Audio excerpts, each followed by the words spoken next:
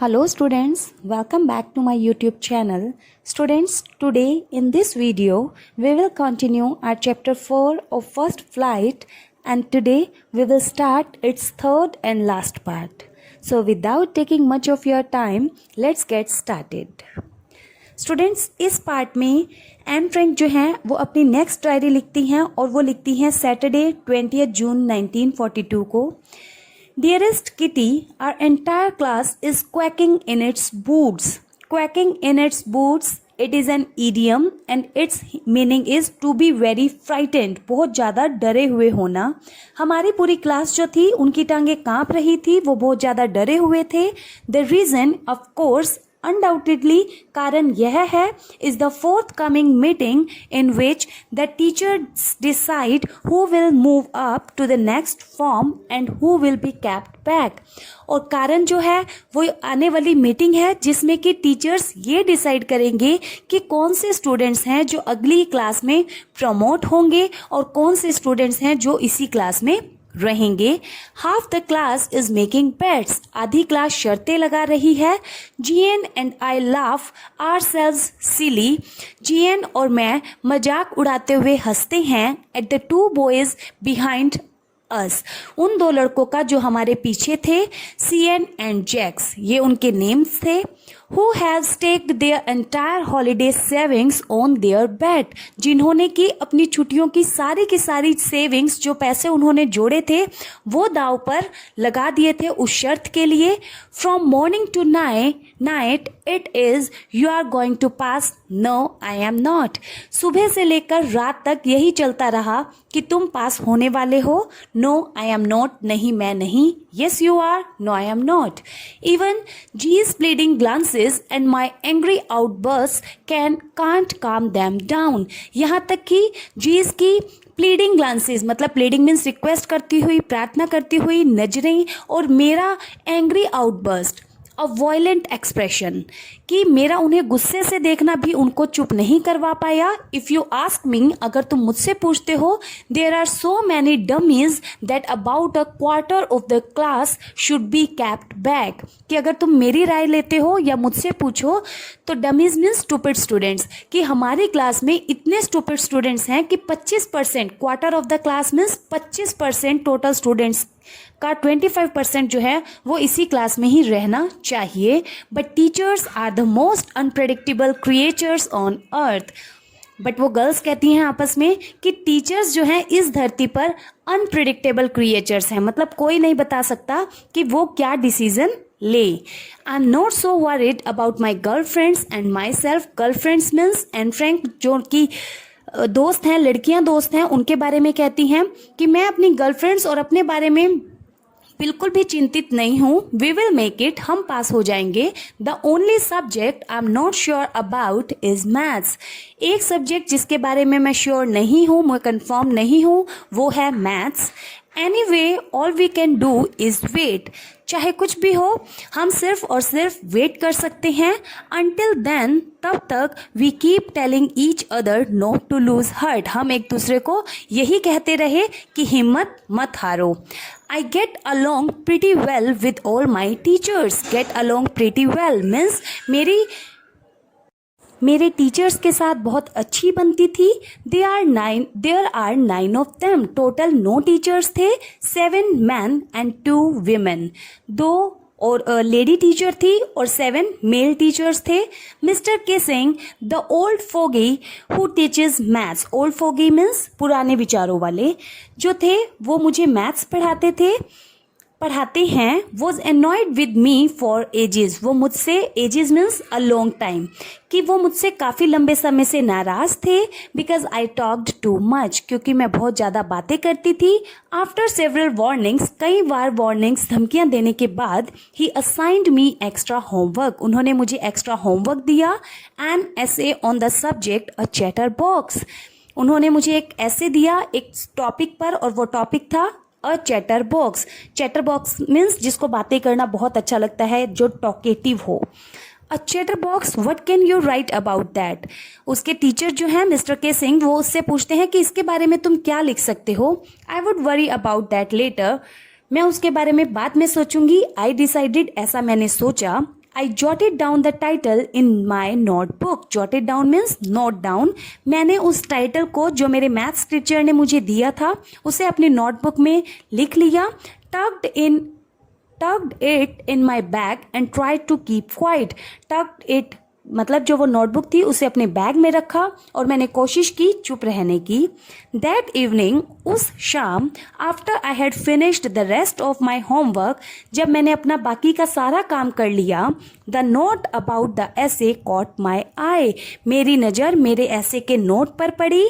I began thinking about the subject while chewing the tip of my fountain pen. मैंने अपना जो subject जो मुझे मिला था लिखने के लिए उसके बारे में सोचती रही और साथ ही कब सोचती मतलब जो उसका फाउंटेन पेन था उसकी टिप, उसका ऊपरी हिस्सा चबाते हुए वो अपने सब्जेक्ट के बारे में सोचती रही. Anyone could ramble on and live big spaces between the words, कि कोई भी लिख सकता है ज़्यादा स्पेसिस को छोड़कर, वर्ड्स के बीच में ज़्यादा गैप देकर. But the trick was to come up with convincing argument, लेकिन चालाकी ये दिखानी होगी कि सामने वाले को अपने आर्ग्यूमेंट से कैसे कन्विंस किया जाए, कैसे सेटिस्फाई किया जाए. To prove the necessity of talking, कि बोलने की ज़रूरत क्यों है और कितनी है. I thought and suddenly I had an idea. मैं सोचती रही और अचानक मेरे दिमाग में एक आइडिया आया.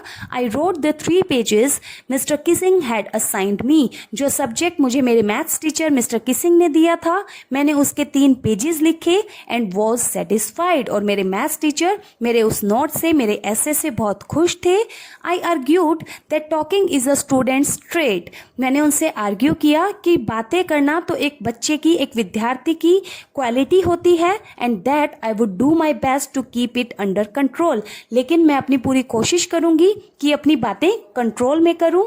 But that I would never be able to cure myself, लेकिन हो सकता है मैं इस बात के लिए अपने आप को कभी भी क्योर, इस चीज़ का मैं कभी भी इलाज ना कर पाऊँ कि मैं कम बोल पाऊँ, ऐसा शायद मैं ना कर पाऊँ. ऑफ द हैबिट, इस आदत को का मैं कोई इलाज ना कर पाऊँ. Since my mother talked as much as I did, कि मेरी माँ भी इतना ही बोलती थी जितना कि मैं बोलती हूँ. इफ़ नॉट मोर, अगर ज़्यादा नहीं तो इतना तो बोलती ही थी.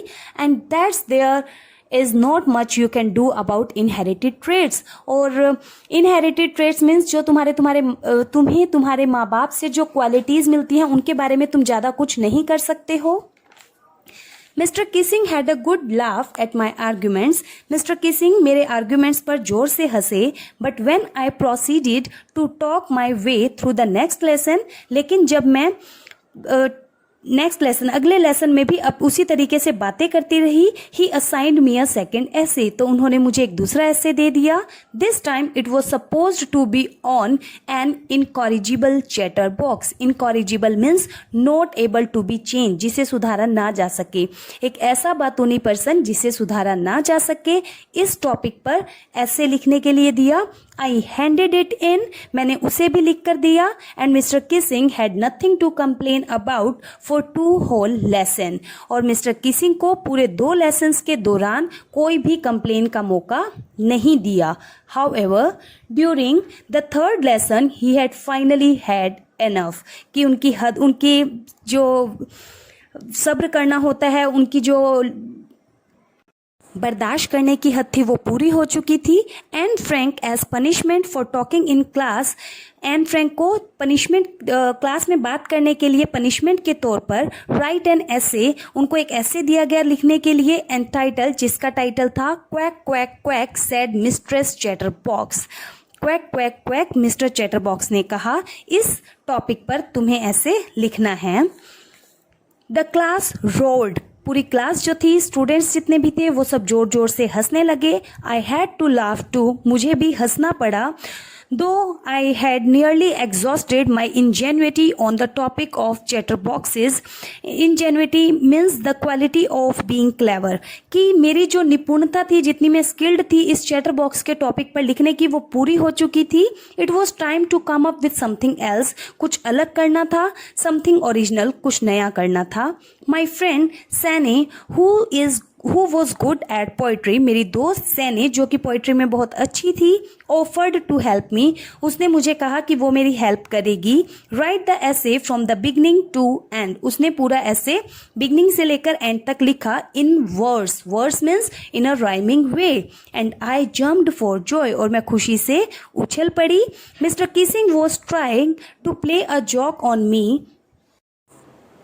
मिस्टर किसिंग मेरा मजाक उड़ाने की कोशिश कर रहे थे विद दिस रिडिकुलस सब्जेक्ट, इस रिडिकुलस सब्जेक्ट जो उन्होंने मुझे लिखने के लिए दिया था इसके द्वारा. But I had make sure the joke was on him, लेकिन मैंने सुनिश्चित किया कि मजाक उनके साथ हो. I finished my poem and it was beautiful, मैंने अपनी पोएम खत्म की, समाप्त की, और वो बहुत सुंदर पोएम थी. It was about a mother duck and a father swan with 3 baby ducklings. ये जो पोएम थी ये एक मदर डक, एक फादर स्वैन और उनके 3 बेबी डकलिंग्स, उनके 3 बच्चों के बारे में थी. Who were beaten to death by the father, जिनको कि उनके फादर के द्वारा काट काट कर मार दिया गया था. बिकॉज दे क्वैक्ड टू मच, क्योंकि वो क्वैक क्वैक की साउंड बहुत ज्यादा प्रोड्यूस करते थे. लकीली, भाग्यवश, mister Keesing took the joke the right way, mister Keesing ने मेरे इस जोक को सही तरीके से लिया. He read the poem to the class, उन्होंने वो पोएम पूरी क्लास को पढ़कर सुनाई. एडिंग हिज ओन कमेंट्स, यहाँ तक कि अपने कमेंट्स भी उसमें ऐड किए. And to several other classes as well, और कुछ बाकी क्लासेस को भी उन्होंने ये पोएम सुनाई. Since then I have been allowed to talk and haven't been assigned any extra homework, और उसके बाद से मुझे बोलने की अनुमति मिल गई और मुझे एडिशनल कोई भी होमवर्क करने के लिए नहीं दिया गया. ऑन द कॉन्ट्ररी, इसके ऑपोजिट, इसके विपरीत, mister Keesing's always making jokes these days, mister Keesing जो है वो आजकल मजाक करते रहते हैं. Students, this is very important chapter from your exams point of view, and this is all about this part, and with this we have completed our chapter number 4 of First Flight. Hope you understood it well. Thank you for watching.